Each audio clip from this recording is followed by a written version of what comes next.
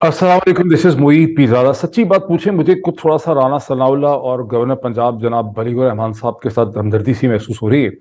उसकी वजह यह है कि राना सनाउल्लाह साहब ने जो डेडलाइन दी थी कल रात 12 बजे की, उसे गुजरे हुए अब तकरीबन 16 घंटे गुजर गए हैं। और उन्होंने कहा था कि गवर्नर साहब के पास वो नोटिफिकेशन तैयार पड़ा है, उन्होंने सिर्फ उस पर साइन करने हैं रात के 12 गुजरने के बाद। चूंकि परवेज इलाही ने हलफ नहीं उठाया, वोट ऑफ कॉन्फिडेंस उन्होंने नहीं लिया, इसलिए उन्होंने खिलाफ वर्जी की है और उनको गवर्नर साहब डी नोटिफाई करेंगे। सुबह तक राणा साहब ये कहते रहे कि अब परवेज इलाही चीफ मिनिस्टर नहीं रहे हैं, नोटिफिकेशन सिर्फ एक वक्ती बात है, किसी वक्त भी इशू हो सकता है, ये एक रस्मन चीज रह गई है। लेकिन अब सूरत हाल ये है कि प्राइम मिनिस्टर शहबाज शरीफ साहब ने कोई घंटा पहले ये वाजे कर दिया है कि डी नोटिफाई नहीं किया जाएगा, और गवर्नर को रोक दिया है। उन्होंने कहा कि इस मौके पे कोई डी नोटिफिकेशन का नोटिफिकेशन जो है परवेज इलाही के हवाले से आप इशू ना करें। और उसकी वजह ये बताई जाती है कि जो लीगल कंसल्टेशंस हुई हैं बहुत लंबी चौड़ी सेंटर के अंदर इस्लामाबाद में, उसमें इस नतीजे पे पहुंचा गया है कि चूंकि स्पीकर जो है सत्यान खान साहब, उन्होंने रूलिंग दी है, जब तक स्पीकर की रूलिंग को आप चैलेंज नहीं करते, उसे गलत करार नहीं देते, उसके खिलाफ एक्शन नहीं लेते,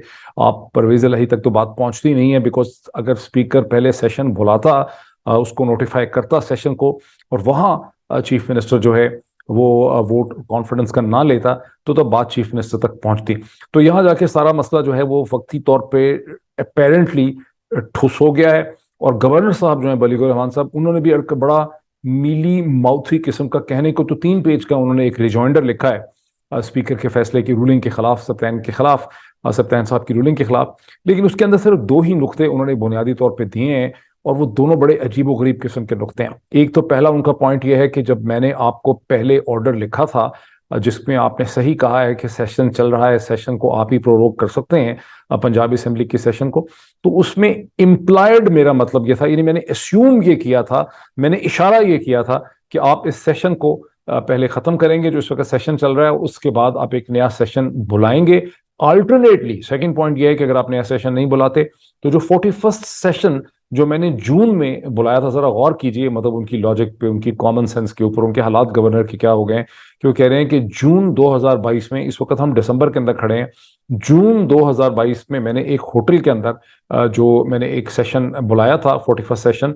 वो चूंकि आपने माना है कि वो प्रोरोग नहीं हुआ था, देयरफॉर वो सेशन अभी चल रहा है, और उस सेशन के अंदर चीफ मिनिस्टर जो है वो वोट ऑफ कॉन्फिडेंस का फैसला जो है वो कर सकते थे। यानी गवर्नर के इस हद तक हालात अजीबोगरीब हो गए हैं। मैं तो हैरान था कि क्वेश्चन ये पैदा होता है कि गवर्नर ने ये 3 पेज का रिजॉइंडर लिखा है क्यों है। ये बड़ी अजीबोगरीब सिचुएशन है। या तो गवर्नर ने रिजॉइंडर इसलिए लिखा है कि दूसरी तरफ से खतरा ये था कि तहरीक इंसाफ ने और स्पीकर ने एक खत लिख दिया है प्रेसिडेंट ऑफ पाकिस्तान को गवर्नर के खिलाफ एक्शन करने पे, क्योंकि गवर्नर का एक्शन ठीक नहीं है, ये गवर्नर ने अपना माइंड अप्लाई नहीं किया। तो गवर्नर साहब गालिबन उसका जवाब दे रहे हैं, बिकॉज गवर्नर के 3 पेज के लेटर को अगर आप गौर से पढ़ें, और डॉन के अलावा उसको कोई जो भी पढ़े, बिकॉज डॉन के बहुत अजीबोगरीब हालात हैं। डॉन जितनी शिद्दत से शरीफ खानदान को डिफेंड कर रहा है ये अखबार, उसको देख के बहुत ज्यादा हैरानी होती। लेकिन अगर गवर्नर के 3 पेजेस को आप 2-3 दफा गौर से पढ़ें, तो आपको ये पता चलता है कि गवर्नर कोई स्ट्रॉन्ग आर्गुमेंट बिल्डअप नहीं कर पा रहे। जो प्रिंसिपल क्वेश्चन यहाँ पे था गवर्नर पंजाब के लिए, कि वो ऑब्जेक्टिव रियलिटी क्या है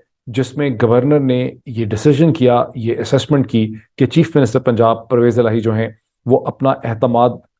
एक हाउस के अंदर खो बैठे। हाउस तो इन सेशन है, वहां तो कोई ऐसी चीज हुई ही नहीं है जिससे पता चलता कि चीफ मिनिस्टर अपना एतमाद खो बैठे। बहरहाल ये बातें सब पुरानी हो गई हैं। असल वजह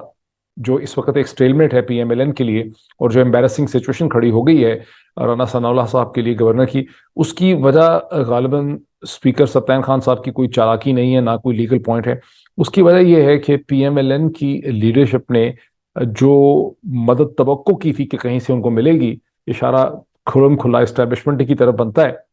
उनको इसका मतलब ये नहीं है कि इस्टेब्लिशमेंट पीडीएम के साथ नहीं खड़ी है। लेकिन इस स्टेज के ऊपर जो तवक्कुआत थी कि जिस किस्म की सपोर्ट वहां से मिल पाएगी, जिस किस्म की ग्रीन लाइट वहां से आएगी, लग ये रहा है कि उस किस्म की सपोर्ट वहां से नहीं आ रही है। और पीएमएलएन को ये समझ आ रही है कि अगर जो भी एक्शन वो करेंगे उसको सस्टेन वो नहीं कर पाएंगे। कुछ इस किस्म की सूरत हाल समझ आ रही है कि बदल भी सकती है, लेकिन अभी तक लग ये रहा है कि पीएमएलएन खासी कंफ्यूजन का शिकार है। बिकॉज पीएमएलएन के पॉइंट ऑफ व्यू से अगर सूरत हाल को आप देखें, तो उनकी रिक्वायरमेंट तो ये थी कि कम अज कम गवर्नर जो हैं वो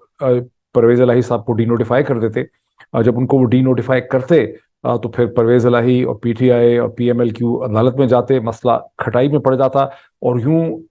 जो ख्वाहिश थी राना सनाउल्लाह ने जो कहा भी था कि चीफ मिनिस्टर जो हैं वो डिसफंक्शनल हो जाएंगे, वो रोजमर्रा के एक्शन और स्टेप्स तो उठा सकेंगे लेकिन वो असेंबली तोड़ने का फैसला नहीं कर सकेंगे, तो वो सूरत हाल उस तरह से डेवलप नहीं कर पाई है। और यूं इस स्टेज के ऊपर जहां हम खड़े हैं, जहां अब से कोई थोड़ी देर के बाद, आप समझिए कि आधे घंटे घंटे के बाद former prime minister Imran Khan एक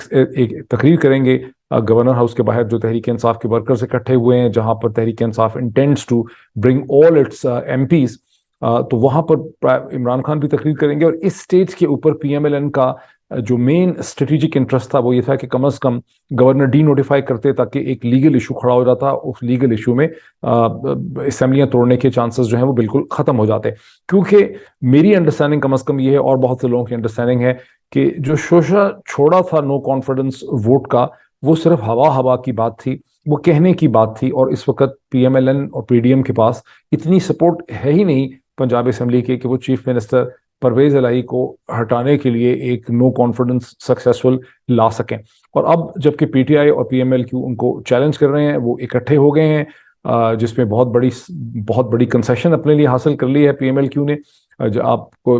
पीएमएलक्यू ने जो नेगोशिएशन की है पीटीआई में, उसमें अपनी पंजाब की असेंबली में उन्होंने उनसे एक अपने लिए कंसेशन हासिल कर ली है, एग्रीमेंट हासिल कर लिया है कि अगले इलेक्शन में उन्हें, मुमकिन इलेक्शन के अंदर, पीएमएलक्यू को पीटीआई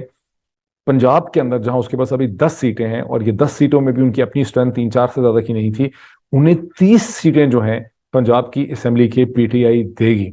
और सेंटर के अंदर जहां उनकी 2 या 3 सीटें हैं, वहां उनको 15 सीटों का प्रॉमिस जो है वो सेंटर में किया जा रहा है। ये बहुत ही बड़ा एक तरह का ब्लैकमेल कह रहे हैं इसको, आप क्या कहेंगे इसको आप, ये सिचुएशन है। मुझे तो लगता है ये बहुत ही अनरियलिस्टिक किस्म की कंसेशंस एक्सपेक्ट की हैं पीएमएलक्यू ने और चौधरीज ने इमरान खान से और तहरीक